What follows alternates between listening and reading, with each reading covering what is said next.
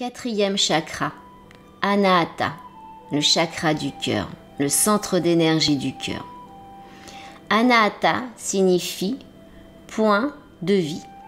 Il est la porte de l'âme, le centre du cœur. Il est situé entre les omoplates.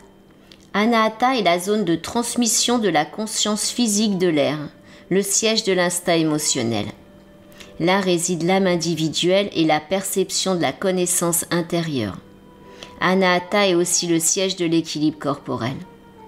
Ce chakra du cœur est le centre du système des chakras, car il fait la jonction entre les 3 centres psycho-émotionnels inférieurs et les 3 centres mentalo-spirituels supérieurs.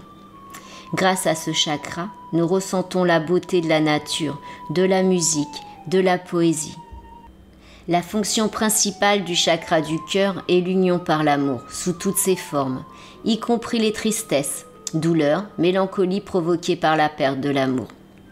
Mais cet amour qui va tendre vers l'amour universel doit commencer par l'amour de nous-mêmes, nous aimer nous-mêmes, nous accepter tels que nous sommes. Lorsque nous souffrons de douleurs ou de maladies, nous pouvons accélérer considérablement la guérison en envoyant de l'amour à l'organe malade, car nous disposons là d'un vaste potentiel de transformation et de guérison, pour nous-mêmes et pour autrui. Mais cet amour doit venir du plus profond de notre être, et nous devons l'accepter, et nous accepter d'eux-mêmes. Les personnes vivant en harmonie sur ce chakra, porte de l'âme, imposent le respect et l'estime par leur stabilité mentale.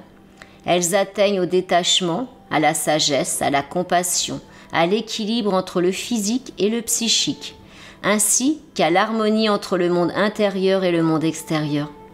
Les sentiments sont dénués de conflits, tous les actes de la vie sont vécus avec sincérité. Lorsqu'Anahata est trop actif, une trop grande ouverture du chakra du cœur peut amener à des extrêmes, soit un amour universel sans limite, amenant au don de soi, ce qui va donner des personnes dont la vie est totalement dévouée à aider les autres. Mais on risque aussi de trouver un égocentrisme et narcissisme total.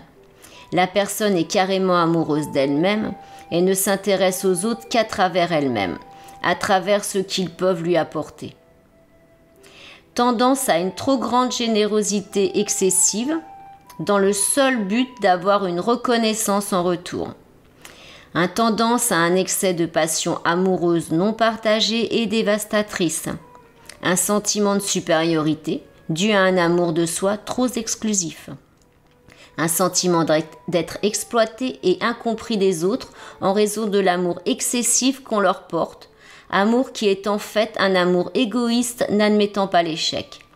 Des problèmes cardiaques, altération du rythme cardiaque, certains troubles de la circulation sanguine. Alors lorsqu'Anahata est bloqué, un chakra du cœur bloqué vous rend vulnérable et dépendant de l'amour des autres. Vous avez peur d'être blessé, vous êtes triste et déprimé. Cela donne froideur, indifférence, sécheresse du cœur, état dépressif sont symptomatiques de ce blocage. Une incapacité à aimer, indifférence, incapacité à manifester son amour par peur du rejet et de l'échec. Des échecs fréquents et répétés dans les relations amoureuses, sentiment de rejet. Un manque de générosité, égoïsme, un repli sur soi, sentiment de solitude. Les relations amicales et sociales se dérobent, se détournent de vous. Souvent par des activités physiques ou intellectuelles excessives, une fuite en avant. La personne se persuade de n'avoir pas besoin de l'amour des autres et se protège contre d'éventuelles douleurs et ce qu'elle ressent comme des attaques. Le résultat est souvent une personne médisante, ingrate, instable, possessive, arrogante, sarcastique, froide et cruelle. Sur le plan physique, tous les problèmes liés au cœur, à la circulation sanguine, ainsi que toutes les affections qui touchent les voies respiratoires. Merci beaucoup.